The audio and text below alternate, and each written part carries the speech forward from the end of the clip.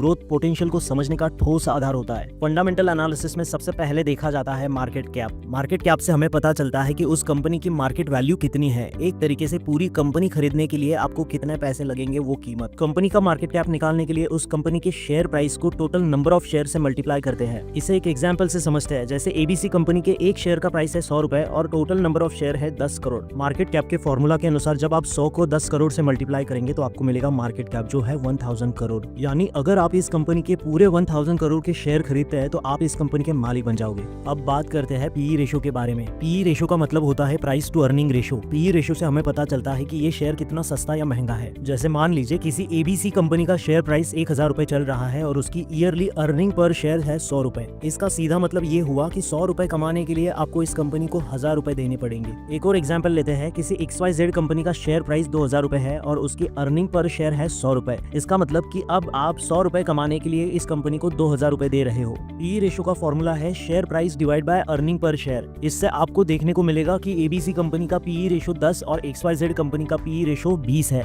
ABC company को हम उसकी ईयरली अर्निंग से 10 गुना ज्यादा पैसे दे रहे हैं और XYZ कंपनी को हम उसकी ईयरली अर्निंग से 20 गुना ज्यादा पैसे दे रहे हैं। इन्वेस्टमेंट करने के लिए पीई रेशो जितना कम उतना अच्छा होता है, लेकिन पीई रेशो सिर्फ पीयर्स यानी कॉम्पिटिटर्स कंपनी में ही कंपेयर करना चाहिए, क्योंकि हर सेक्टर का डिमांड और सप्लाई अलग अलग होता है। आप किसी बैंक के पीई को फार्मा कंपनी के पीई के साथ कंपेयर नहीं कर सकते। दोस्तों, जैसे कोई ब्रांडेड चीज महंगी होती है उसे खरीदने के लिए ज्यादा पैसे देने पड़ते हैं, वैसे ही फंडामेंटली अच्छी कंपनी का पीई भी ज्यादा होता है। अब बात करते हैं पीबी रेशो की। इसका मतलब होता है price to book value ratio. इसका फॉर्मूला है share price divide by book value per share. यहाँ पर शेयर प्राइस यानी एक शेयर की कीमत और बुक वैल्यू मतलब असेट माइनस लाइबिलिटीज। असेट यानी कंपनी के पास का पैसा या कंपनी की वो चीजें जिनकी पैसों में कोई कीमत हो, और लाइबिलिटीज मतलब वो पैसा जो कंपनी को किसी और को देना हो, जैसे लोन। इसे एक एग्जाम्पल के साथ समझते हैं। मान लीजिए एबीसी कंपनी के पास टोटल असेट है 100 रुपए के और लाइबिलिटीज है 50 रुपए की। तो यहाँ हम लाइबिलिटीज को असेट से माइनस करेंगे, यानी 100 माइनस 50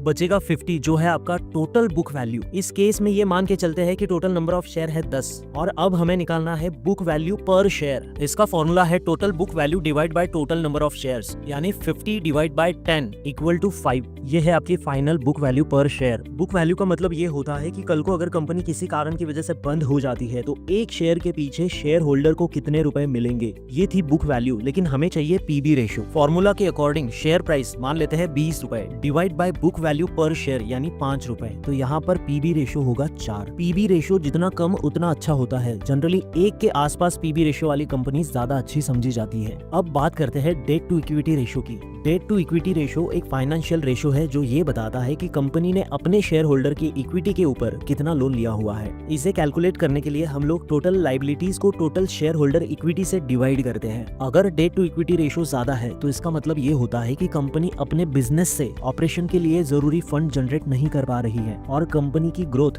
बस एक्सटर्नल डेट के भरोसे हो रही है। दोस्तों, इन्वेस्टमेंट के लिए कम डेट टू इक्विटी रेशो वाली कंपनी ही प्रेफर करनी चाहिए। जनरली 1 से कम डेट टू इक्विटी रेशो अच्छा समझा जाता है, लेकिन बैंक्स और फाइनेंशियल कंपनीज का डेट टू इक्विटी रेशो थोड़ा ज्यादा हो सकता है। अब बात करते हैं आरओई के बारे में। आरओई का मतलब होता है returns on equity ratio. ROE आपको बताता है कि कंपनी ने पिछले 1 साल में इक्विटी के ऊपर कितना रिटर्न कमा के दिया। इसका फॉर्मूला होता है net profit divide by shareholders equity. ROE कम से कम 15% से ज्यादा होना ही चाहिए। जितना ज्यादा आरओई उतना ज्यादा अच्छा होता है, क्योंकि शेयर होल्डर्स को रिटर्न तो इक्विटी के ऊपर ही मिलने वाले हैं। अब समझते हैं डिविडेंड के बारे में। डिविडेंड यानी कंपनी के प्रॉफिट का वो हिस्सा होता है जो कंपनी अपने शेयर होल्डर को बांटती है। जनरली ज्यादातर इन्वेस्टर का ये मानना होता है कि कंपनी के प्रॉफिट में से सारे एक्सपेंसेस जाने के बाद भी जो पैसे बचते हैं वो अगर कंपनी अपने शेयर होल्डर में बांट रही है, इसका मतलब कंपनी अच्छा कमा रही है और ये इन्वेस्टमेंट के लिए अच्छा है। डिविडेंड पर शेयर की रेशो में दिया जाता है। दोस्तों, डिविडेंड देना ना देना ये कंपनी तय करती है। कंपनी चाहे तो प्रॉफिट का पैसा अपनी ग्रोथ के ऊपर भी खर्च कर सकती है। डिविडेंड साल भर में मल्टीपल टाइम भी